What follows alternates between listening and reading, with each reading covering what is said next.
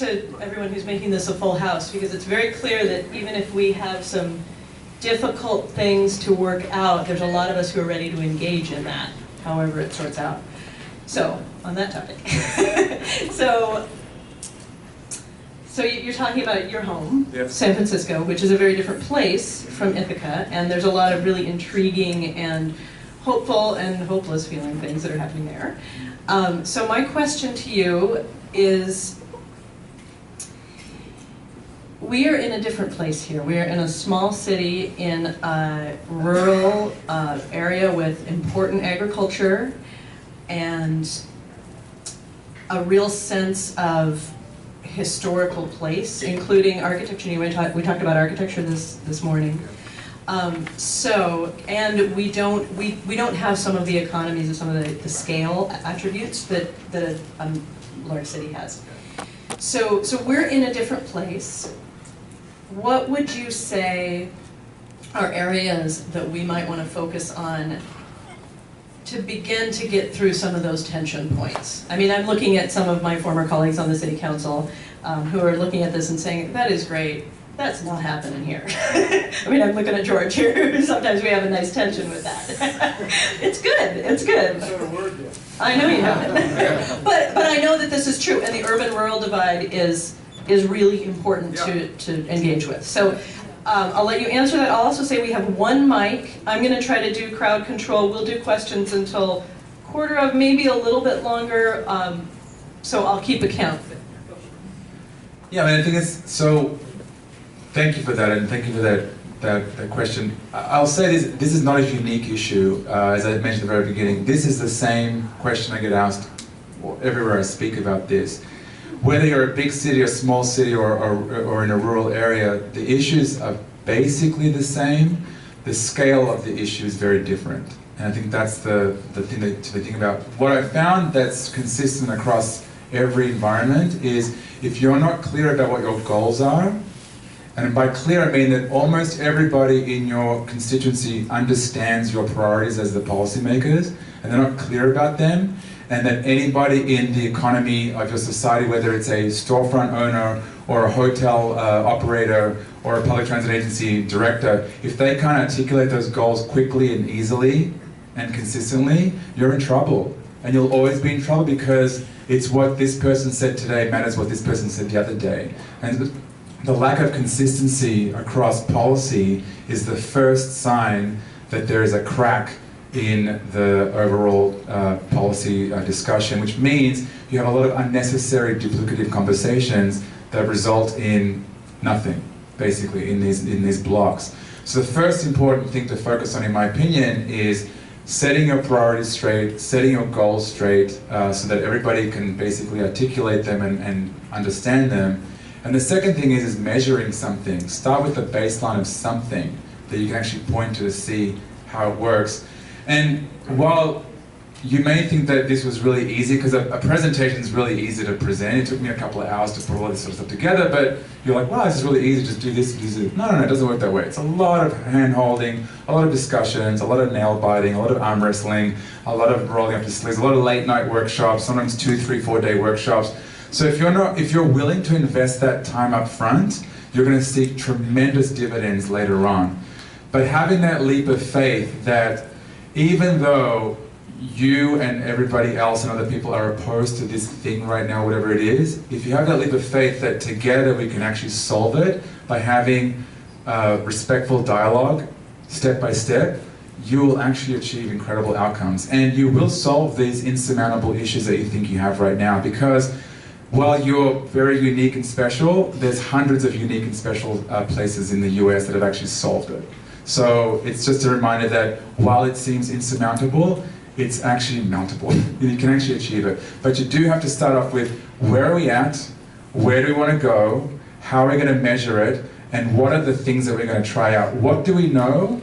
What don't we know? It's really important to know what you know and what you don't know. And what you don't know is when you can start doing pilots and tests and experiments and trials, because then you will know.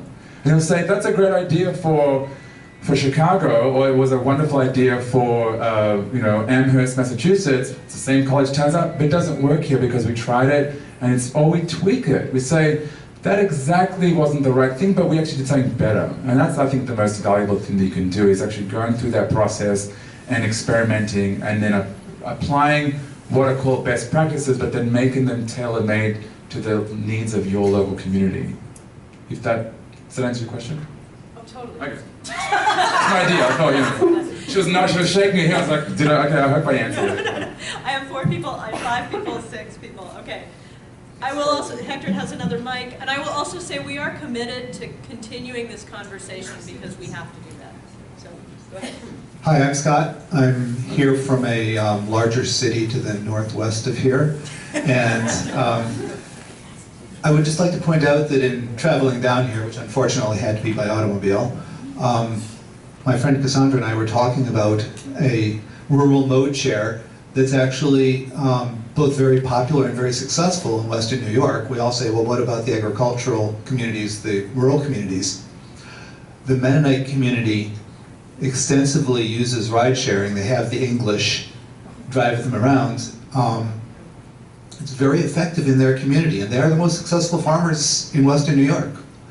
But what I really the question I wanted to really ask about is California, land of where the automobile is king, was king, whatever else. Hopefully it's been dethroned, but it's still king.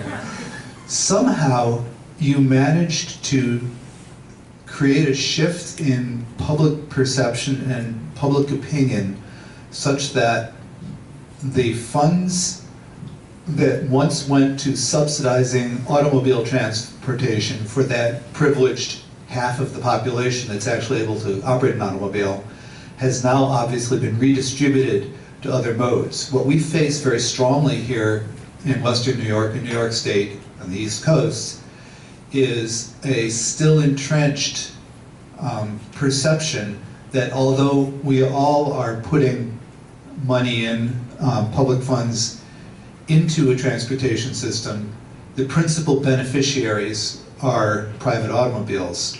There's never any money to do transit studies, there's never any money to do bike routes, there's never any money to do pedestrian infrastructure and so forth. There's always money to build a freeway ramp, there's always money to build a bigger expressway.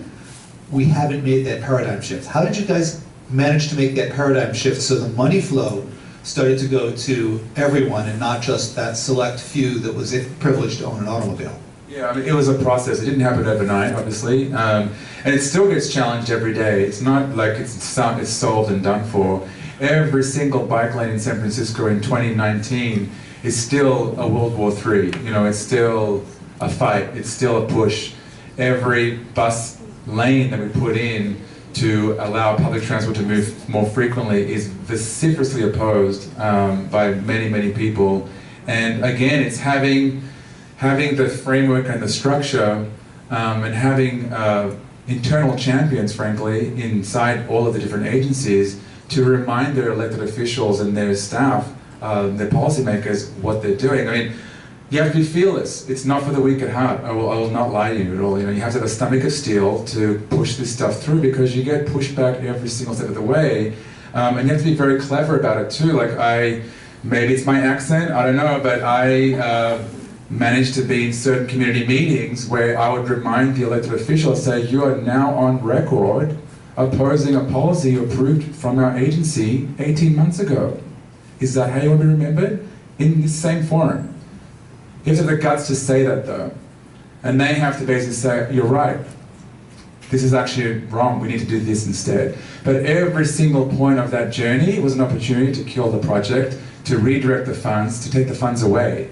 And so you have to be there to consistently and always remind them of what they agreed to and what this actually means. So it's not just you or somebody else, it's everybody in the system reminding each other about what we agreed to and what we support. And sometimes it's people from outside the agency, sometimes it's people from inside the agency, sometimes it's activists or community providers. It's someone always reminding that we actually agreed to this.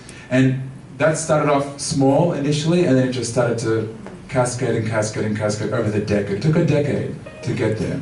Hopefully it won't take you guys a decade because we don't have enough time for the decade, but it took us a long way because there were so many people who knew better than us about why we shouldn't do this. Hi, Tim.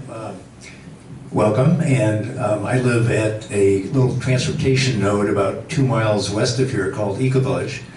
And I know that very well. We have an eco-village in Los Angeles. Yeah. We've studied you guys for many years. Come up and take I'd a love tour. to. Not right now, in July maybe. So we've been experimenting with alternative transportation, and it seems like, even though we haven't delineated our goals and priorities yet, that it'd be a prime place for a charging station for multiple vehicles. And I wonder if you've seen any electric-powered minivans out there, because that would be, we could do our own little transportation loop. Well, any ideas on that? There's some new ones that are coming out. There's an NV200, a Nissan. It's actually the New York taxis. They've designed something. They're honestly the best place to look. I hate to say is Google. Just look it up and see. You'll see what's available. But there are very few commercial or multi-passenger electric vehicles on the market right now. But supposedly more are coming online very soon. So just something to think about. There are electric minivans out there, and you just need to look for which one. They're expensive though. They're not. But maybe you're eligible for a federal, state electric credit. But that's something you can definitely look into. And I'm hoping your local power authority has all that information as well. Should be. Yeah. Thank you. You're welcome. So I was wondering, what has been the feedback of people with disabilities as these changes are being made, and what barriers are still in place that the transit people are working on? Yeah, that's a really good question. If I may answer the question by showing you something that I really ran through before, if you don't mind bearing with where I find this.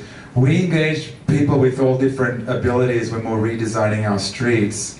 How do I get to it? Where it is? Because we wanted to make sure that it would work for everybody. And there were some issues with our bike lane designs. Some of our bike lane engineers had never really been in a wheelchair before. And so what we did is we put all of our different engineers and our transit operators on different modes of transport. So people got into wheelchairs. We gave them basically egg hunts to do. And they had to do like an egg hunt in a wheelchair, blindfolded, just to experience what it's like for other people other than themselves in the system. And one of the ideas that we did was when we were designing our bike lanes, I've got to go to the bike section, that's probably why I can't see it. Oh, here it is. When we got to our bike lanes, right here you'll see this is an ADA pick-up and drop-off space. The only reason why we actually would have designed that is because we had engaged with the ADA community from the get-go as we were redesigning our streets and said, how are we going to have you picked up and dropped off from the curb if we're creating these dedicated protected bicycle lanes? Like, what do we actually do? And we come up with a design where we create this pad where this is actually level with the road so that a person who is in a wheelchair can easily either go out by themselves or be assisted and cross over here. And you'll see these markings on both sides to indicate to the person cycling that this area is a special area. And we figured out where were those most important areas in the city and we started working with them on that. So it's always a continual feedback process. The all-door boarding was welcomed by the accessibility community because it allowed them the freedom to move around. One of the worst things that we heard was how some people in wheelchairs refuse to travel during the peak period because of the aggressive feedback they get by the riders by holding up the bus. That's such a horrible thing to have to know, but that's true. So we felt that if we could figure out ways to speed up the bus and make it more effective, it would make everybody feel more comfortable. Yeah, but again, just listening to the community and hearing what are the most important things to them and figuring out how we can quickly change them for them as well. Yeah. It's a common theme here, just like listening, right? Listening and learning. Hi, yeah. I just want to be clear, I work for public radio,